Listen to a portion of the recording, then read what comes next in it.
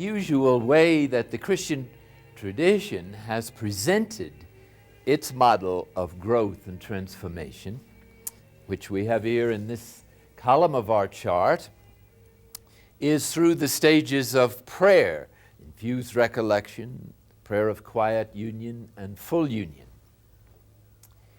And this process of unfolding consciousness really begins at the mental egoic or full reflective self-consciousness level, where reasoning begins the discursive process, which unfolds then into the simplification of effective prayer and the prayer of simplicity, and moves on into the night of sense, as we were speaking of last time.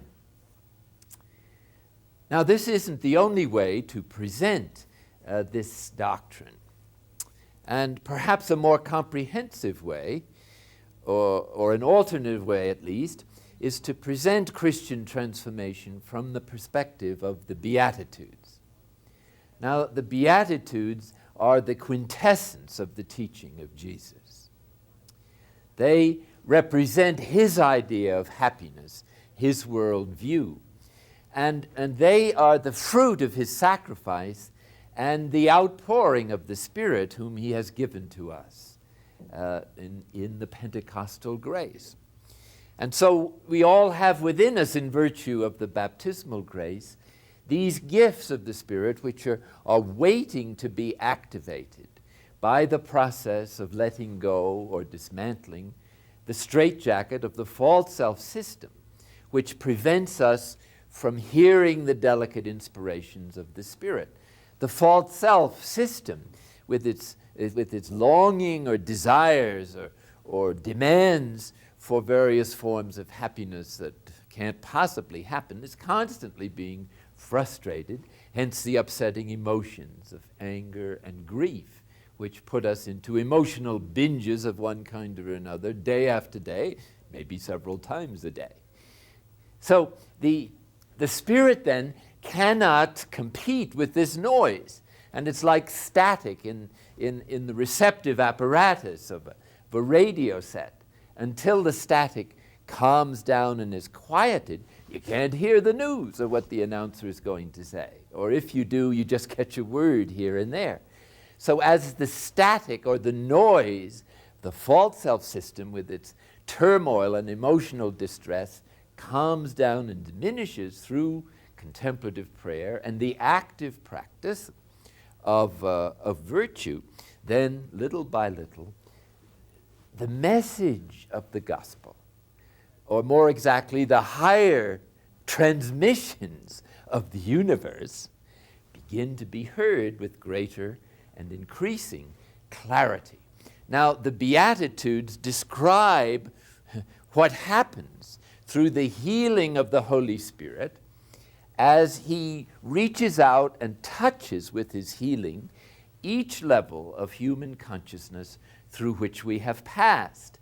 Now, each level of consciousness represented here at each stage of the chain of being is itself a great good, but a limited good. It's a partial consciousness and requires for its full development the ongoing exposure and development of all the other stages of human growth, beginning with biological growth, which is more or less completed about 15 years of age, with the activation of the human brain with its reasoning and intuitive apparatus. But then it continues to unfold the potentialities which the spiritual journey opens up and which our sensitivity to the inspirations of the Spirit now permit, once the static has subsided and the messages from the truth and the love of God begin to be heard interiorly and responded to. So the object then of Jesus and the spiritual journey is to heal us. As he said, I am the good physician.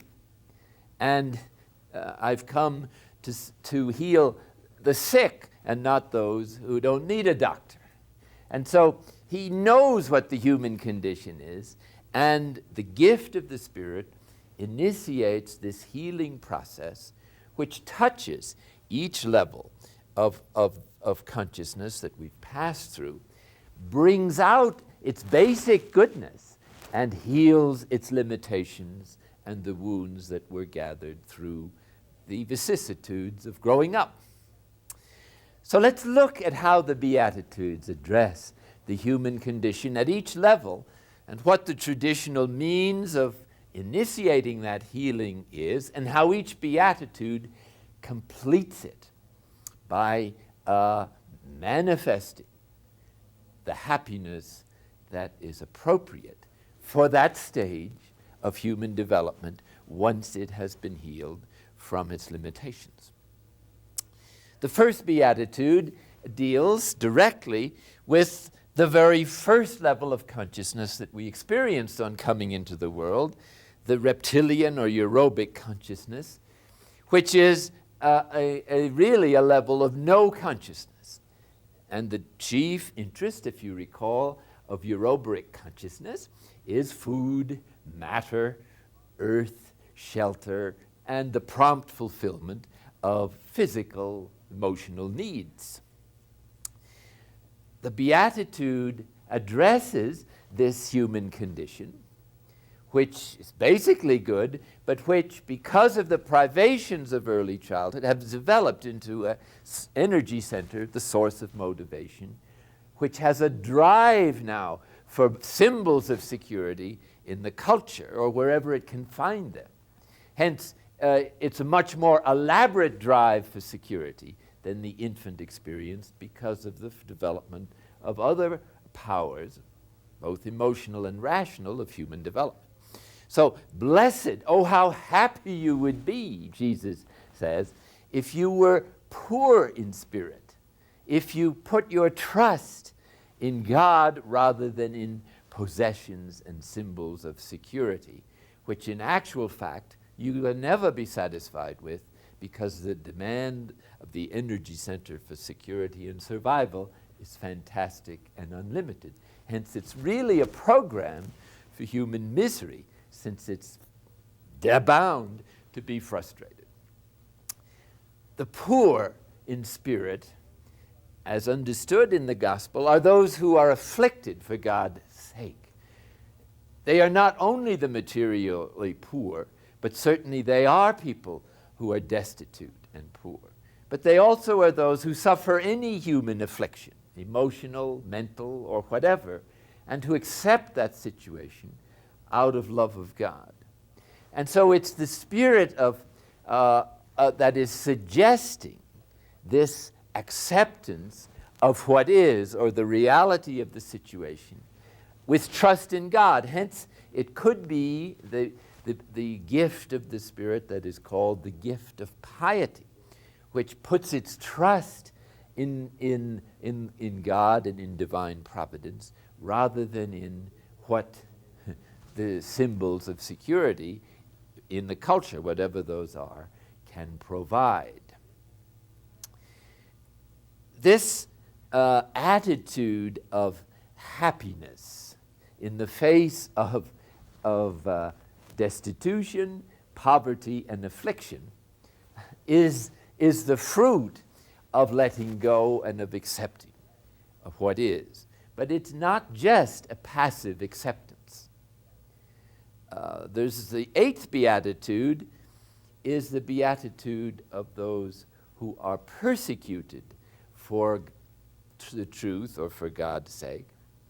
And their reward is exactly the same as that offered in the first beatitude.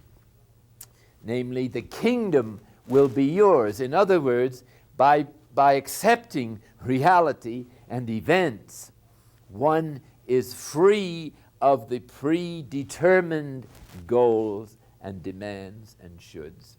And thus, if one has little or nothing, there isn't the struggle to let go of what one has. And thus, the poor, in a sense, have a special claim on the kingdom because they literally don't have anything else, or if they have other possessions, they, through the grace of God, are willing to let them go if the needs of others or the will of God requires that of them.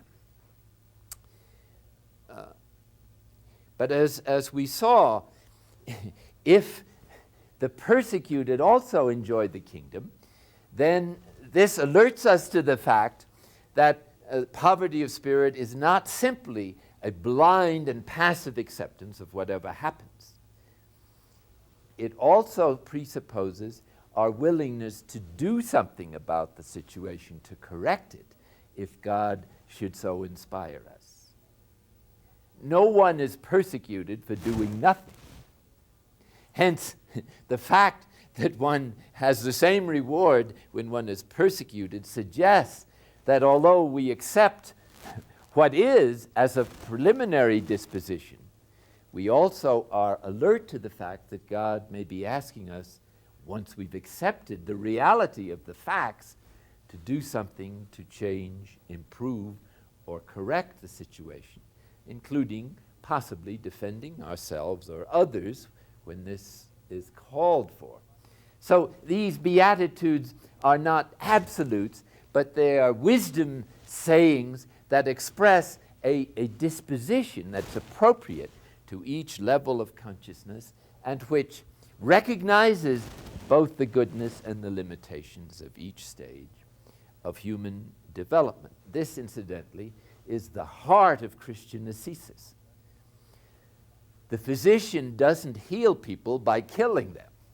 We do not heal the wounds of childhood or the emotional programs for happiness by destroying the instinct itself, but rather we free what was good in this instinctual need. The biological need for survival is essential to keep going in this world when things are tough. It's only the limitations, the distortions, the malformation that the grace of the Spirit is healing in order to enable that level of consciousness, once it is healed and brought into reasonable proportions, it can be integrated and contribute to the ongoing health and wholeness of the human organism with all its potentialities. Now, Christian tradition has given us some other means to get started in healing.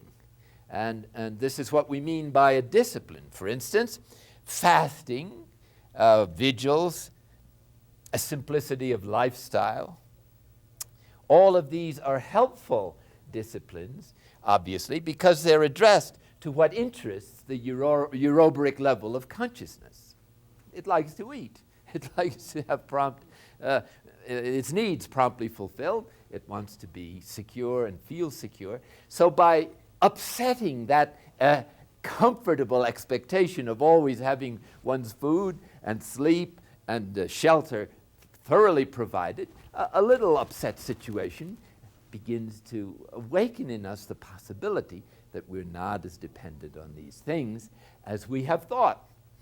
And it's this effort of our own to practice a little bit of dismantling as a preliminary to the movement of the Spirit, to reinforce our efforts, that is called the active night of sense by John of the Cross. And it's in response to those efforts that the night of sense, which is God's passive purification, goes far beyond any efforts that we could go in freeing up that level of consciousness from its hang-ups. The second level of developing human consciousness is the typhonic consciousness, that half-human, half-animal consciousness in which the emotional life of the child develops. And here we saw that two aspects of that same level of consciousness develop into energy centers if they experience privation or the felt loss of something they felt was essential. And that consists in a sensation center, which develops out of our affection, esteem, and pleasure needs, or the power control center, which develops out of our need for independence, or the willfulness of the child that expresses what he wants, doesn't want, fairly clearly, emphasized by a loud shout. Now, the two Beatitudes address those centers of energy. The Beatitude here is blessed, or in other words, how happy. That's what the term blessed means. Oh, you'd be so happy if you would learn how to mourn, for then, for sure, you'll be comforted. So, when we let go of anything, person, place, or thing that we love, you automatically and emotionally go into a period of mourning. And it's only the refusal to let go of what is taken from us that creates the tension. When we mourn and accept the mourning and accept the loss of what is gone, then we begin to be restored to a new level of freedom, because what we formerly depended upon too much has now been modified or subsided or brought to reasonable proportions. And we can enter into a new relationship with the things we had before, based on a new freedom that does not try to squeeze from pleasure a happiness that it is not created to give. That's the source of frustration, to demand from the legitimate pleasures of life an absolute happiness. This is idolatry. This is making this particular pleasure or experience an idol, something to substitute for the happiness that we are not experiencing from union with God. That's the human condition. Each one of these energy centers develops in the context of isolation and in a consciousness or an identity, a self-consciousness that is developing without the experience and reassurance of divine union. So each time we move to a new level of self-consciousness, we move to a new level of fear, dread, isolation, alienation that comes from the separate self sense. This is what the Spirit of God is trying to heal, along with the damage that developed because of our ways of coping with these impossible situations. Here again, tradition has a few classical ways of dealing with the pleasure center. One of these is the practice of celibacy, whether temporarily or permanently. Various forms of bodily restraint, work in the service of our community, manual labor in which one puts forth physical energy and thus develops a certain control over the bodily impulses. All of this is just the beginning of a feeble effort of ours to try to reduce our over-dependency on the goals of that particular level of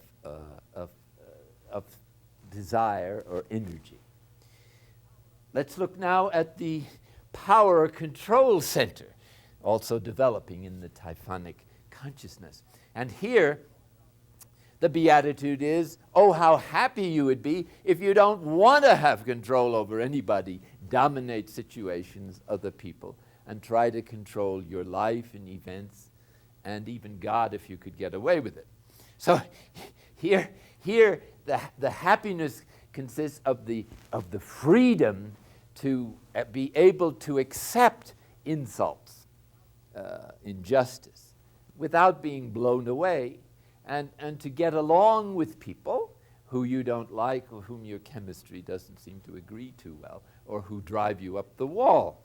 So one of the great traditional means of working this distortion or malformation out of our system is the vigorous practice of serving others, of fraternal charity, that is, of trying to accept people as they are without trying to change them, to show love, to minister to their needs, and hence all the corporal works of mercy, that healing the sick or taking care of the sick, and in all the forms of physical, mental, or spiritual therapy.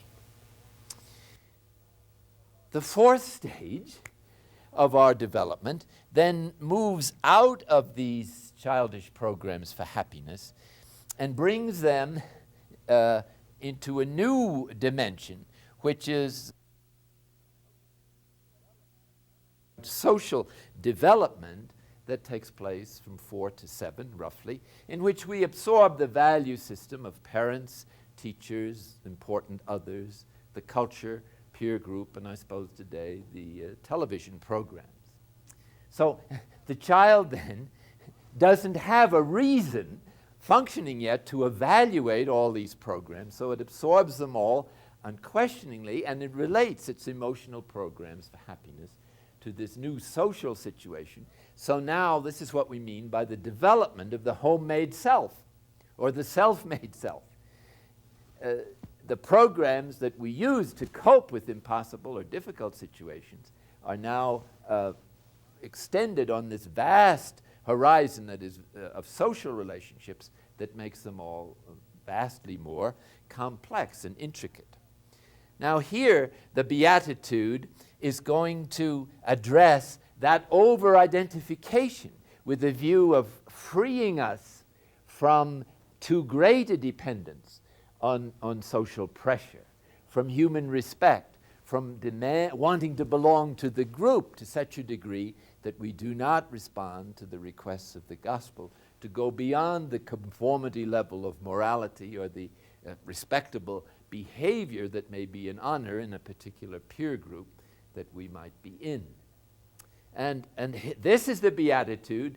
Blessed are those who hunger and thirst for justice. They will have their fill. That is to say, this is the grace of the Spirit that gives us the courage to move beyond or out of our conformity patterns and to be prepared to follow the gospel into our personal response to Christ, and not to a response that is merely based on what others say, do, or expect of us. Notice how the Beatitudes are all directed to one project, inner freedom, freeing us from the fascination of programs for happiness that are doomed to failure, freeing us from an over-dependency on unquestioning values, what might be called prepackaged values, preconceived ideas. So this is especially interesting from the perspective of commitment. Whenever one makes oneself vulnerable, which is the case if you enter into a relationship of friendship or love with somebody else, usually stirs up in some degree the sexual energy. Now it's the commitment to one's married engagement, if one already has one, or one's celibate engagement, if one has that, that gets one through the process of self-knowledge and enables one to hold to one's commitment and at the same time to benefit from this new relationship. In other words, suppose that one becomes aware through the process of self-knowledge that one's motives for entering a marriage, let us say, were much too human. They were based on, maybe we were looking for a mama, if you were, that we never had as a child. And so we saw in this very capable person who took care of all our needs, did our wash, fed us every day, dried our tears, and we could weep on her shoulder. And suddenly it dawns on us as we are progressing in prayer and in self-knowledge that this really wasn't the right motive to marry this good person. And so the thought comes, well, to gain my freedom, I'll have to sever this relationship completely.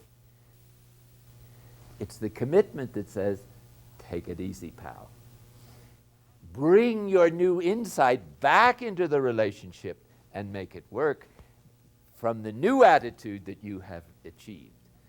Not always so easy, because sometimes one is aware that one has such a dependency that just being with this other person who fulfills all these needs so graciously is preventing one from breaking out into freedom. And that you think, I must leave, or separate for a time in order to establish the habit of freedom and personal autonomy. That may be the case in some cases where there was a mistake made, but the commitment enables us at least to go slow and to try to bring the new insight into the original commitment. No one enters commitments, including the religious life or priesthood, with completely pure motives, because if they did, they would already have to be here at the transforming union. And so it's not so much what motive we had in entering, as long as we were sincere on a commitment, it's what is our motive for persevering now and to try to exercise the right motive right now. We see then in these first 4 Beatitudes what corresponds really to the commandment to love our neighbor as ourselves, because it is through these Beatitudes that we finally let go of those demands or needs which, when frustrated, tend to push us to disregard or despise or neglect the needs or rights of other people. And when we ratify such attitudes, this is what leads to personal sin.